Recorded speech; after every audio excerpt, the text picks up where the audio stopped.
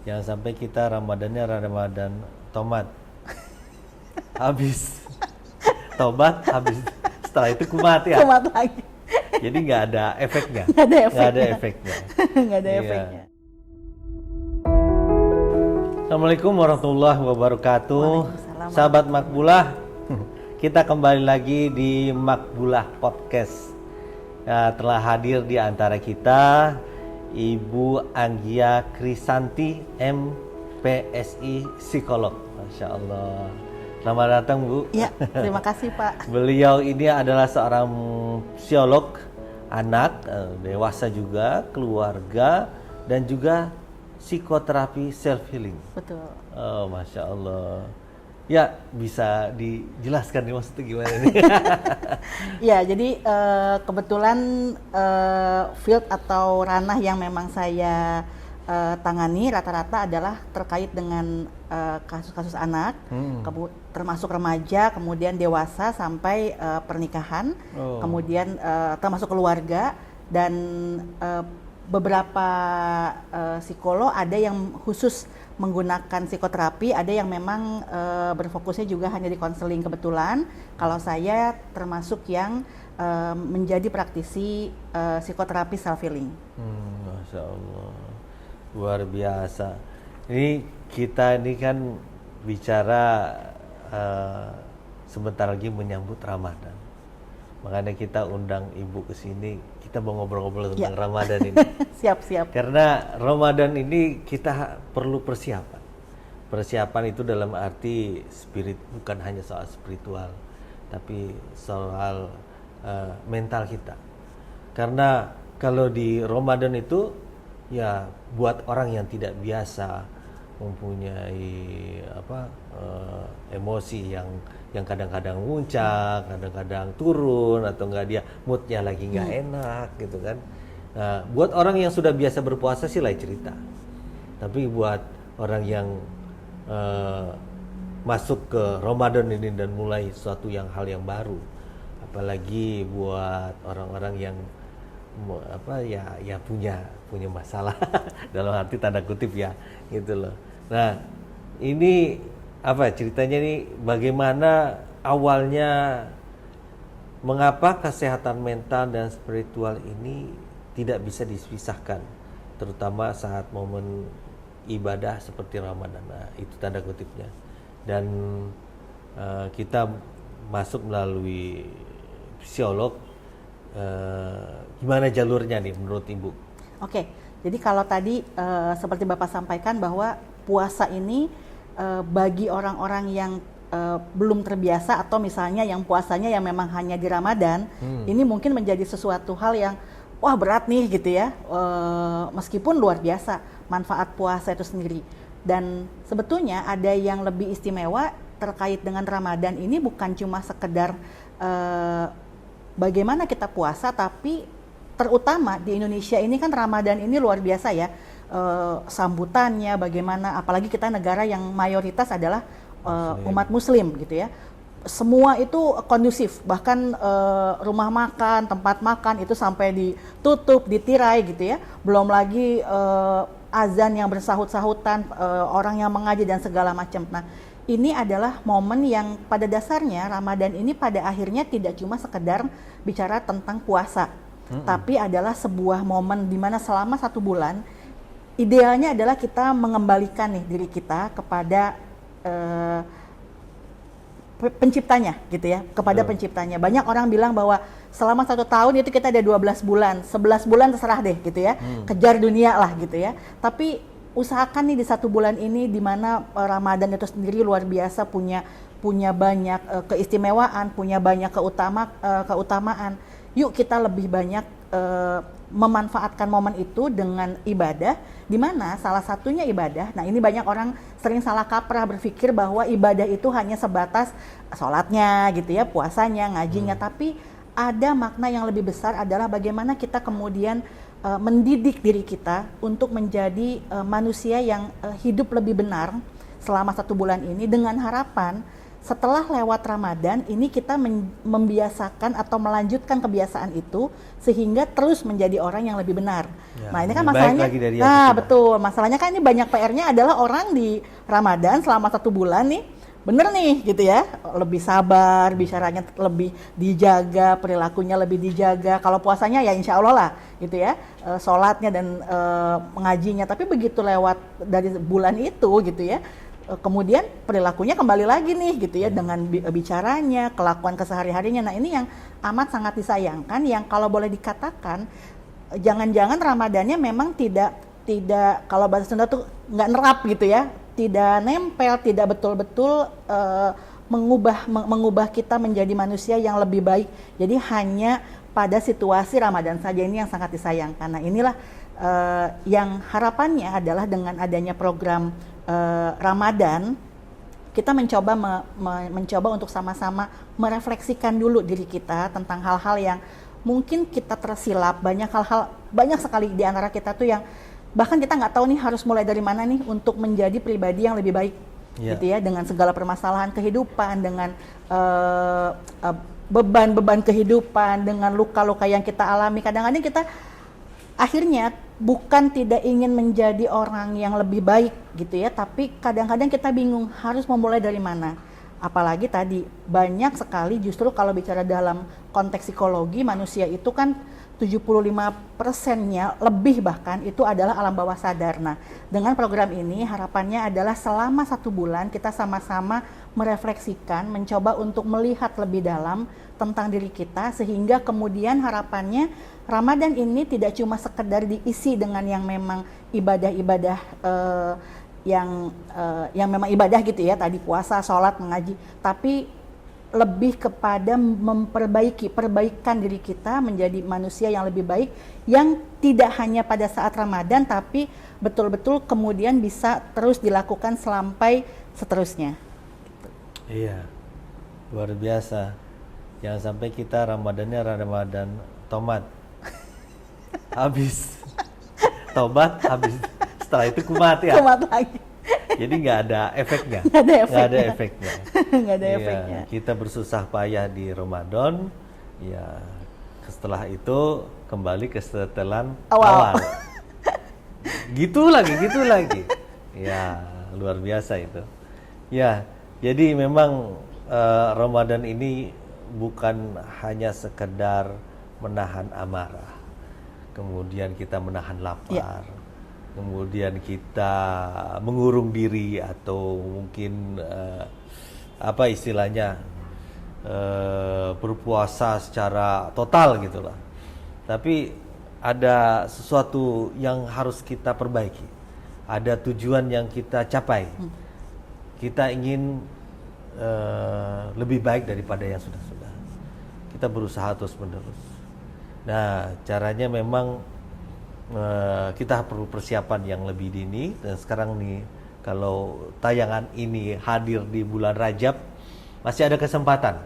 Insya Allah di bulan Sya'ban, 1 bulan sebelum Ramadan, kita persiapkan dulu.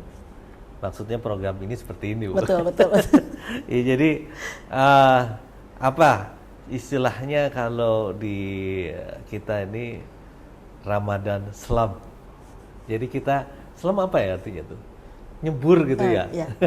Jadi kita mencoba untuk mempersiapkan dari step 1, step 2, step 3 gitu loh.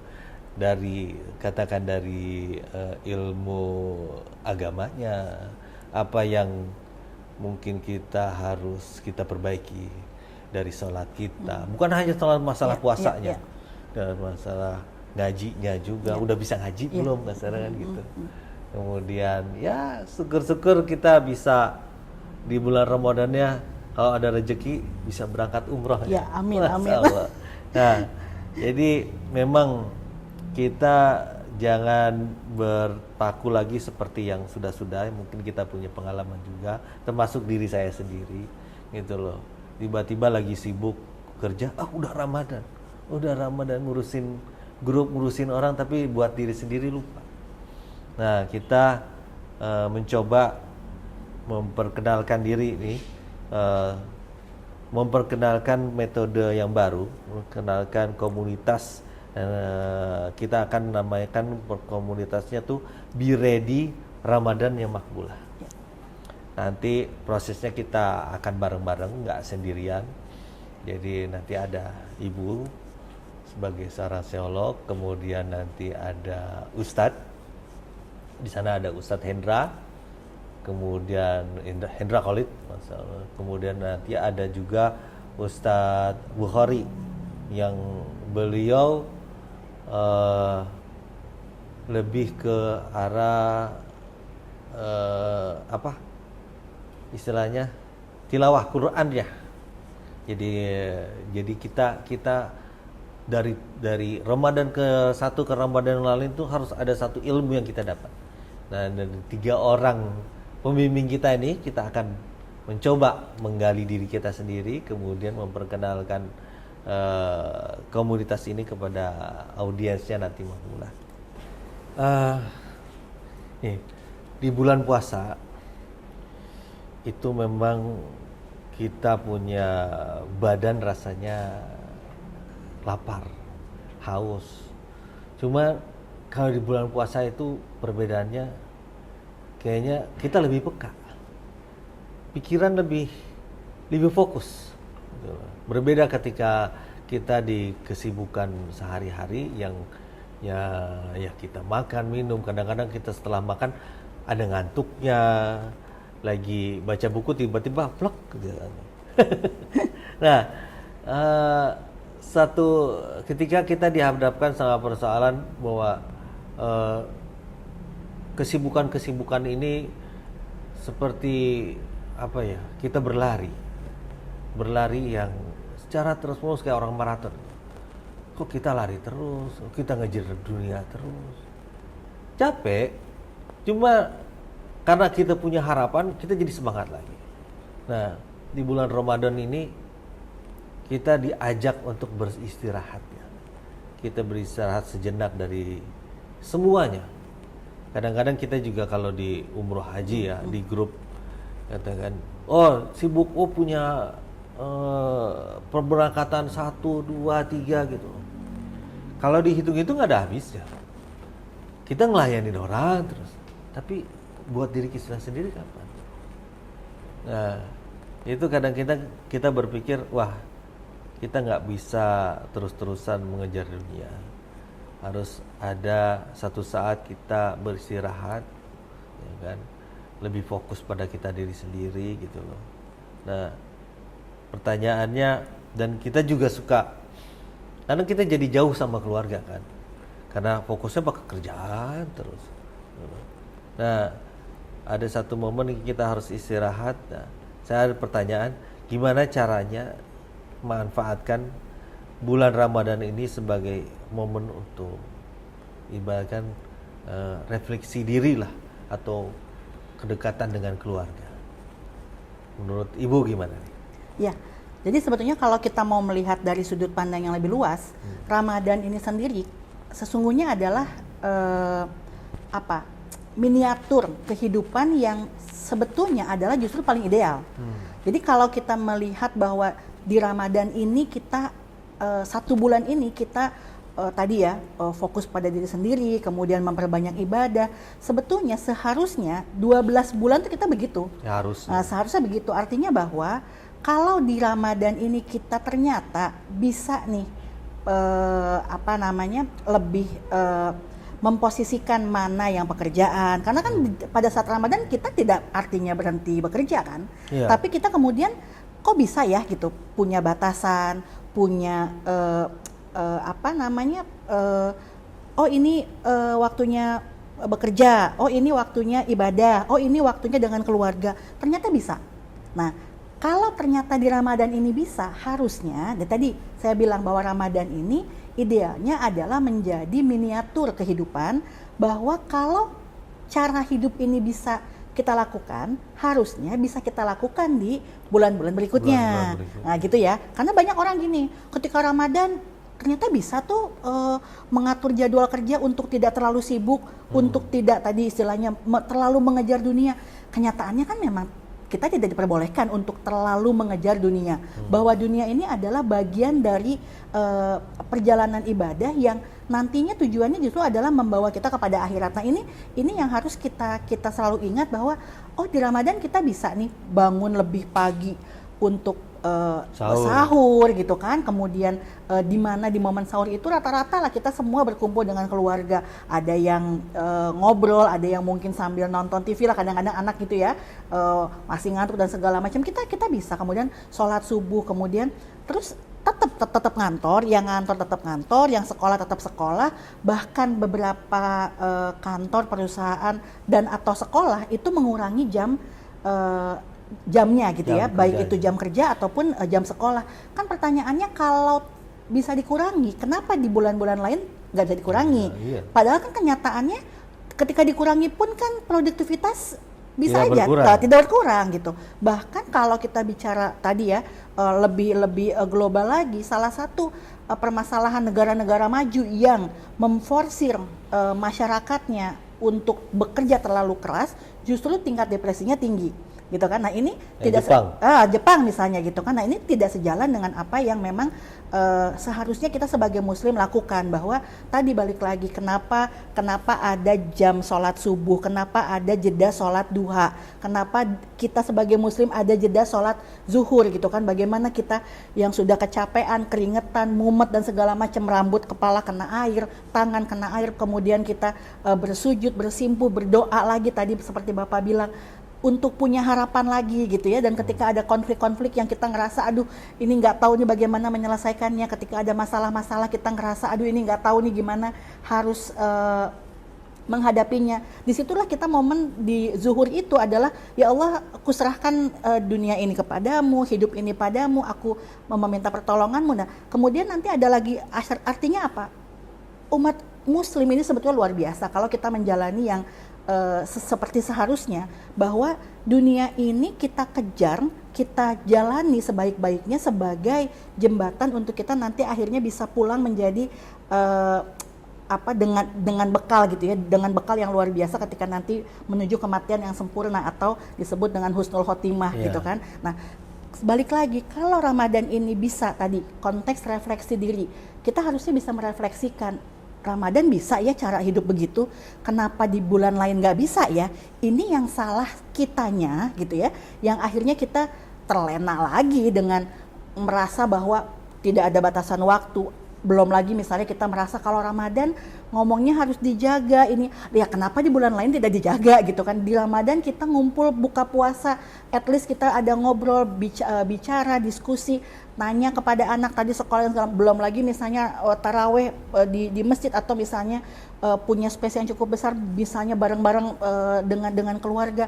Kenapa tidak dilakukan pada saat setelah Ramadan? Nah ini makanya kenapa saya sampaikan Ramadan ini kalau hanya dilihat hanya sebagai sebuah bulan yang memang bulan Ramadan istimewa, tapi seharusnya keistimewaannya tidak sekedar pada Ramadan saja, tapi keistimewaannya adalah bagaimana kemudian kita yang selama 11 bulan mungkin terlena, mungkin terlalu mengejar-ngejar dunia, sampai akhirnya kita kurang punya batasan terhadap diri, pekerjaan, kemudian tadi ya dunia dan segala macam. Ternyata di Ramadan kita bisa, yuk kemudian kita coba renungi lagi, coba kita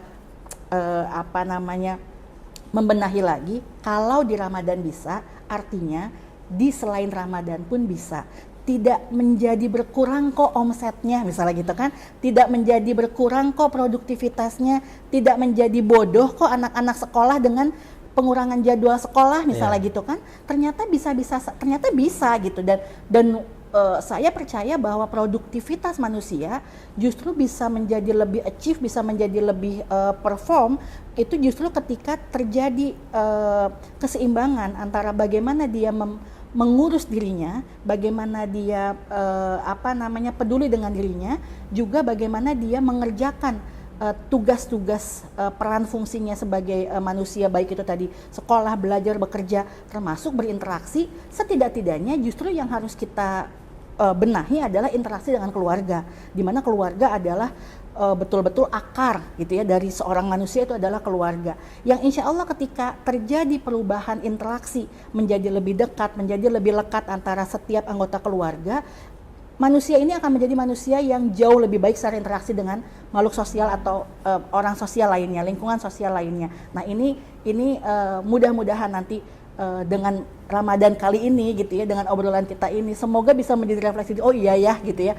oh yuk coba kita benahi, dan tadi balik lagi dengan bersama-sama insya Allah nanti hasilnya akan lebih optimal. Ya. Jadi memang kita harus berupaya untuk mencoba apa yang kita rencanakan di Ramadan itu, apa yang kita kerjakan di Ramadan itu harus bisa dikerjakan di bulan-bulan yang lain. Betul. Ramadan bisa, masa ke bulan yang lain nggak bisa? Puasa Senin Kamis katakan. Jadi ya alhamdulillah saya pribadi mengerjakan puasa Senin Kamis. Ada saat di momen kita berpuasa kemudian kita sibuk, oh nggak ada masalah, nggak ada masalah, nggak ada yang berkurang kok dari kita. Ada saat juga yang kita lihat, oh besok nih ternyata nggak puasa ya, gitu loh.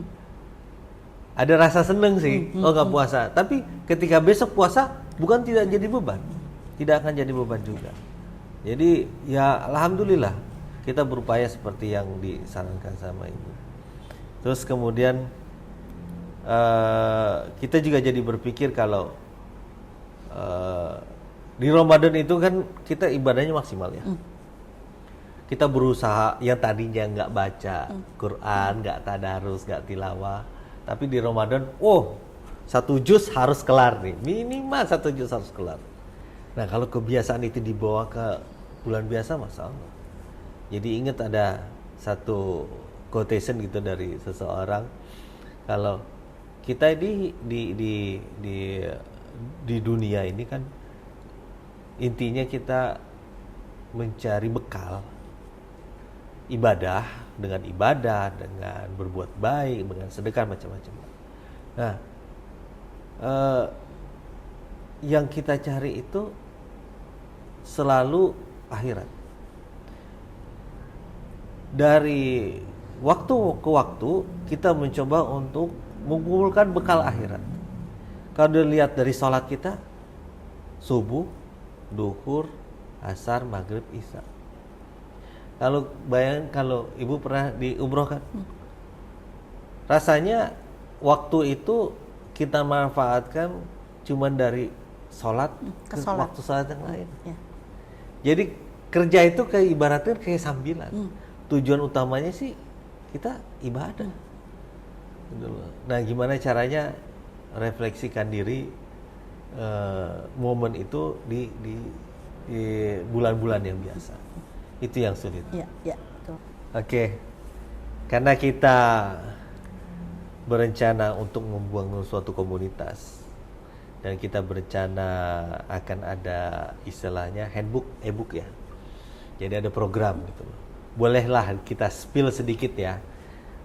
Persiapan apa yang sebaiknya kita lakukan dari pandangan seorang psikolog? Ya, ini bagus banget. Kenapa? Karena banyak orang yang memasuki Ramadan ini tanpa persiapan. Padahal Ramadan ini kalau boleh dibilang 30 hari ini semuanya itu bermakna pahala gitu ya, ibadah yang luar biasa. Sedangkan kita umroh 9 hari aja kan persiapannya bisa 2-3 bulan sebelumnya gitu ya. Nah, ini yang sangat disayangkan. Kenapa Ramadan yang 30 hari kita kurang persiapan, yang pada akhirnya tadi hanya dianggap seperti momen biasa, hanya puasa aja gitu ya.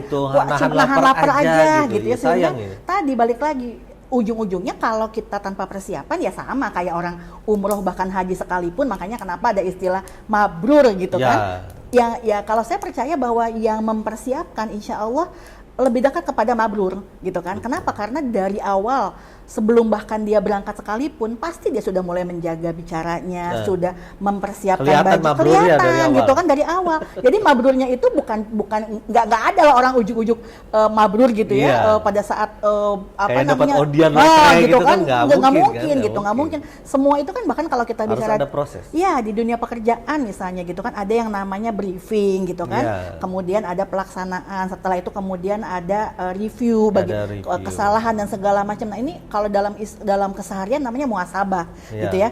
Review adalah muhasabah.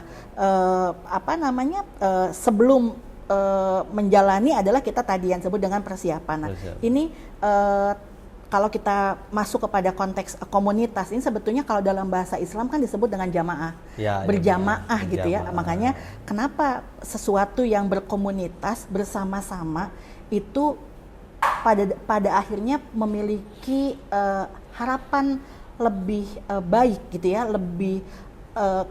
lebih perubahannya lebih signifikan gitu ya. Karena memang di dalam berjamaah itu sendiri itu kan melibatkan bukan hanya diri sendiri, di mana namanya manusia udah jelas Allah aja bilang iman itu naik turun. Ketika kita berjamaah, ketika kita turun ada yang mengingatkan gitu. Paling tidak itu. Kemudian lebih luas daripada itu bahwa 40 orang yang berdoa bersama itu pasti salah satunya ada yang diijabah gitu kan. Artinya kan belum tentu doa yang ini kita yang diijabah, siapa tahu yang teman kita, siapa tahu yang saudara kita, siapa tahu ya tadi balik lagi di komunitas itu. Nah, dengan komunitas ini harapannya adalah memang tadi saling menularkan energi gitu ya, menularkan energi, menularkan motivasi, kemudian menjaga konsistensi dan tadi harapannya sebetulnya adalah balik lagi bukan cuma sekedar bahwa perilaku yang nanti akan kita lakukan dengan adanya handbook. Sebetulnya handbook ini kan agak kayak kita zaman dulu Pak, waktu SD tuh ada checklistan sholat subuh gitu ya, sholat zuhur. Nggak beda sih sebenarnya, ya nggak kan? jauh beda. Jadi nanti kita ngelihatnya karena kita komunitas, kita kerjakan bareng-bareng, walaupun di rumah saya sendiri. Cuman nanti ada laporan, ketika si fulan ini sudah mencapai 2 juz kedua, juz ketiga, juz keempat, kemudian ada yang baru juz 1 aja gak kelar-kelar, kan ada motivasi. Bukannya sesuatu hal yang baik buat orang yang seperti itu kan. Jadi aduh, yang lain udah juz 2, gue baru juz 1 aja belum kelar gitu ya. Nah, jadi ada motivasi untuk menjadi lebih baik gitu loh. Nah, itu jadi yang kebaikan itu bagusnya kan bisa ditularkan. Iya, betul. Gitu, dan ada yang membimbing. Karena iri yang diperbolehkan adalah iri terhadap ibadah. Gitu kan. Jadi tadi kok orang udah sih gitu ya. Kok saya belum sih gitu kan. Ya tadi kalau handbook ini kalau diibaratkan adalah buku kita zaman SD gitu ya. Sholatnya checklist gitu kan atau tanda tangan orang tua. Harus jujur. Gampang.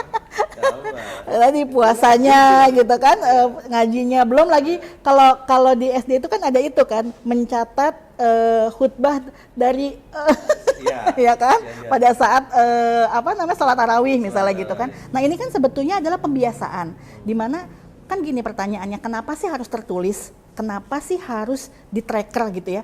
Karena kita ini sesungguhnya udah terlalu banyak beban pikiran, kebiasaan-kebiasaan yang kalau pada konteks ibadah ini tidak kita tuliskan, tidak kita tracker, maka khawatirnya adalah lupa. Namanya manusia ya Pak ya, yang bapak-bapak dengan kesibukannya mempersiapkan lebaran gitu ya, ibu-ibu yang harus masak sahur dan buka dan segala macam, anak-anak dan segala macam. Kalau dengan ada tracker ini, paling tidak ini menjadi pagar lah gitu ya, bahwa kita belum nge-tracker nih ini, kita belum melakukan nih, kita sudah sampai sini nih, kita targetnya sampai mana nih dan segala macam. Di satu sisi sebetulnya tujuannya adalah kita dulu membuat target, kita dulu memotivasi diri kita untuk tadi mau nggak nih menjadi diri yang lebih baik dengan memanfaatkan momen bulan Ramadan. Kalau enggak, tadi ada tracker sekalipun belum tentu dikerjakan, dan atau tadi ujung-ujungnya ya asal-asalan gitu kan, bohong. Kan sebetulnya kembalinya untuk diri kita. Seberapa sih kamu mau berubah? Seberapa sih kamu percaya bahwa Ramadan ini adalah bulan yang sangat mulia, yang insya Allah segala kebaikan yang bahkan baru kita niatkan itu sama Allah akan dimudahkan jalannya. Nah, ini bisa jadi balik lagi menjadi momentum gitu ya, menjadi momentum yang kalau nggak dimanfaatin sayang nih gitu, umur udah berapa nih misalnya gitu kan. Terus belum lagi kan kalau kita sebagai orang tua, perubahan kita ini kan luar biasa. Pada dasarnya bukan hanya, harapannya bukan hanya menjadi perubahan baik terhadap diri kita, tapi bagaimana kemudian itu menjadi lebih baik dalam kita mengasuh, membesarkan, mendidik anak-anak kita. Karena pendidikan yang terbaik adalah sesungguhnya suri tauladan, gitu ya. Suri tauladan bukan cuma sekedar bagaimana anak melihat orang tuanya sholat, bagaimana anak melihat orang tuanya puasa atau membaca Al-Quran, tapi bagaimana anak melihat bahwa dengan semua ibadah-ibadah yang orang tua lakukan, ternyata mereka menjadi individu yang lebih baik ya. Oh, ayah saya tuh lebih sabar ya. Oh, ayah saya tuh lebih baik bicaranya ya. Oh, ayah saya adalah orang yang punya tujuan hidup ya. Nah, ini yang meski tidak disadari, sesungguhnya inilah yang kalau dalam psikologi ada istilahnya adalah membentuk self concept gitu Pak. Bagaimana kemudian akhirnya betul-betul menjadi muslim yang luar biasa gitu ya, yang bukan cuma sekedar Islam atas dasar KTP, tapi seluruh dalam dirinya itu adalah seorang muslim. Nah, ini diawali tentu balik lagi kita sebagai orang tua yang kemudian nanti kita tularkanlah ke anak kita gitu. Iya. Ya sebenarnya sih tadi ada pertanyaan saya. Jadi ada efeknya nggak ya kalau kita dilakukan berjamaah, ya persiapan ini yang berjamaah atau secara individu? Ya itu sebenarnya sudah terjawab. Kalau berjamaah kita ada interaksi yang membuat si fulan ini sudah mengerjakan sesuatu yang lebih jadi ada motivasi. Kalau kita lakukan sendiri-sendiri kadang nggak ada motivasi. Orang lain mau berapa ya kita asik aja diri sendiri. Ya memang masalah katakan soal tilawahnya. Ada yang udah lancar ngajinya, ada yang belum lancar ngajinya. Nah kebetulan saat ini ada komunitas yang kita buat itu, Lebih Hasil. Ya ada belajar ngajinya juga. Jadi nggak usah malu. Ada yang belum lancar, kita lancarin. Itu targetnya. Nggak harus situ mampu 30 juz langsung baca semua, enggak, ya wajar. Namanya orang baru belajar berlari masa disuruh maraton. Betul. Enggak sanggup. Iya. Maksudnya gitu. Masya Allah. Ya, mudah-mudahan dari rencana kita program Ramadan Islam, persiapan untuk Ramadan, kita bisa program ini jadi berhasil. Sama seperti saya dengar ada ucapan doa, pertemukanlah kita dengan Ramadan. Dan malah bagian ulama sudah mulai berdoa. Ya, itu bukan dari 1 bulan, 2 bulan, dari 4 bulan sebulan. Ya Allah, pertemukanlah kita dengan Ramadan. Ya, kita juga kadang sedih juga ngelihat si fulan nggak sampai Ramadan, umurnya nih nggak sampai Ramadan. Tapi wallahualam itu diterima atau tidaknya amal seseorang kan penting. Intinya kita sebagai manusia yang masih dikasih nafas, masih dikasih ilmu, dikasih kesehatan, berupayalah kita mempersiapkan Ramadan ini dengan sebaik-baiknya. Amin.